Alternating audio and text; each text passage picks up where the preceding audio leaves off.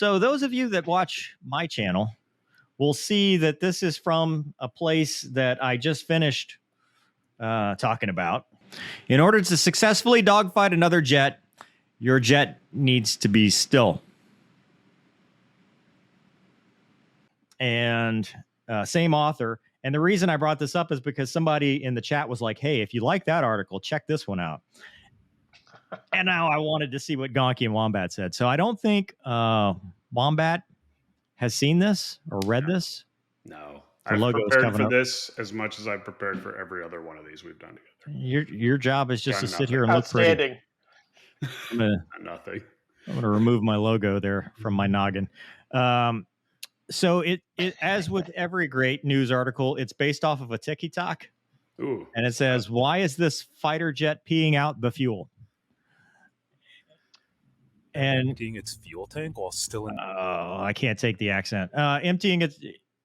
Look, there's an E2, I think. Yes. Was that a E2? Yes. We're on Gonky potato internet speeds here. It's not running it. Okay. Yes. E2 can't dump though. Right? Beijing has just figured out that I'm making fun of their app. How long did you fly around ships? You never noticed it. God, you're such a fighter pilot that only cares about himself. Holy hell, man! I know that I'm giving up on a video. I'm giving up on a video. I'm just going to read the article to you because it's enough. It says, unbelievable. Watch this fighter jet empty its tank in midair on purpose. When we see a fighter jet emptying its fuel tank in midair, we might start to panic. It just doesn't feel normal. It actually is normal, says Vexer Media. Yeah, I don't care that it's normal. I don't like it. As we see in the video, the fighter jet is literally expelling, there's that literally word again, expelling all of its extra fuel in midair before it lands. There's a reason for this. It's definitely not figuratively doing it, that's for sure. No. These jets have insanely heavy fuel tanks. Landing with a full or even half full tank of fuel could cause structural damage to the aircraft. This is common practice for all aircrafts. Yes. Have we not been over this? The plural of aircraft is aircraft. It's just aircraft. It's deer. It's just triggered. Don't add an S. Triggered. I am triggered. This is common practice for all. Wait, God, I'm stuck in a loop now. From small military planes to entire passenger planes. If the jet is too heavy upon landing, it could cause internal damage. Actually, this article or the video is playing now. It also talks about damage, if we're being honest. Delta getting sued is at the end here. Just it dispersed into the airstream. If the jet is too heavy upon landing, it could cause internal damage, and it could mess with the actual landing of the jet, causing it to skid across the runway and miss its mark. At an airport, this might not seem like such a big deal, but imagine this happening if you're landing on an aircraft carrier. According to the manufacturers, this is done high enough in the air so that it vaporizes and instead just goes into the airstream. That's her words repeating. Though people may not be at risk most of the time, that doesn't make this practice okay with me. What kind of impact is this having on air quality? What about the wildlife in the area? How does it impact bird migration patterns? It's a little strange to me that this kind of issue, with all the incredible technology we have, hasn't been addressed yet. Is there really nothing they can do? Think of the children. Who do you think could come up with a way to combat this fuel pollution? My money's on Elon Musk. Save us, Elon. Save us. And go. Okay, so let's talk about the altitude, because I just want to confirm on this. So when I was an LSO and guys like Gonky were landing and forgot to turn their fuel dumps off, I was approximately 70 feet above the water. Let's talk about the fighter pilots of the air wing that typically the dual seat guys, I'll give you, that can't forget or can't remember to turn their fuel dumps off at night and come across the ramp of the ship. I know you did that at least once in your career, and spray the LSOs with fuel. So exactly what height is safe? Because internally ingested did not feel safe. I'm just saying. What was the rule? Yes. 5,000? No. 4,000.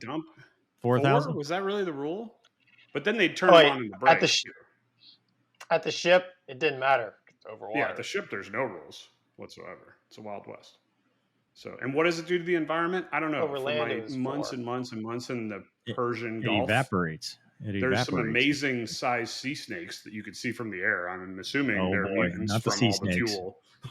So Is that why you have such a fear of sea snakes, Gonky? Because that's a real thing in the Navy when they were messing with dude, you? you've seen them, haven't you? Flying? Oh boy. You were too busy looking at yourself in the mirror. Forget it.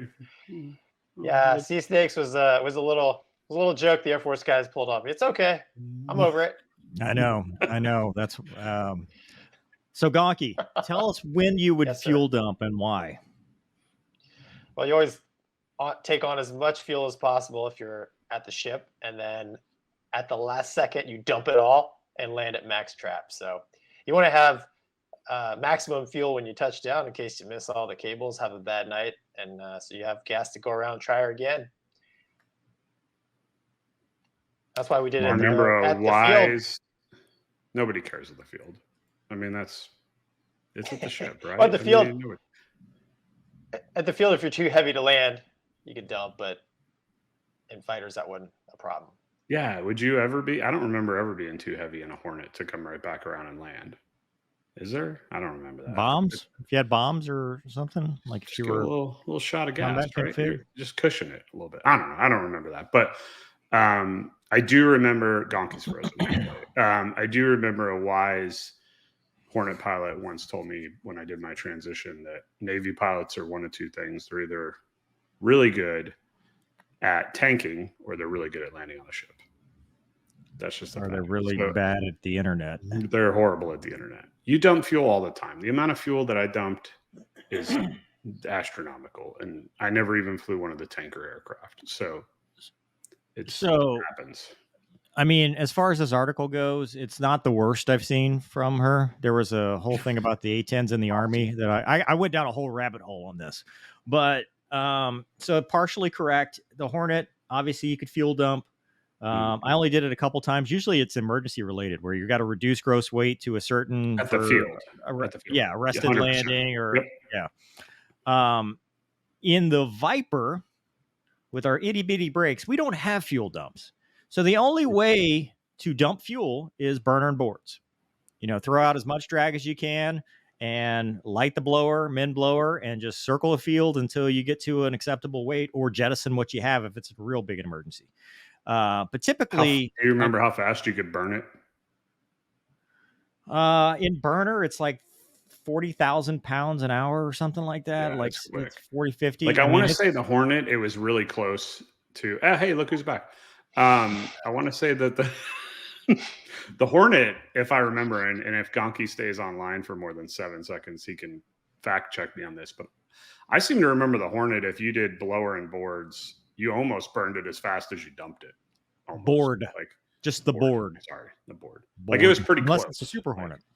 Yeah, super. There's nothing super about Super Hornets, but yeah, that was my recollection that I remember. Is that no kidding? Like it. I mean, you could either burn it fast or you could dump it. But at the ship, we would dump all the time. Like Gonky said, you come back. I mean, your goal is to be right at max trap every time.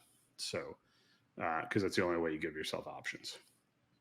But all right.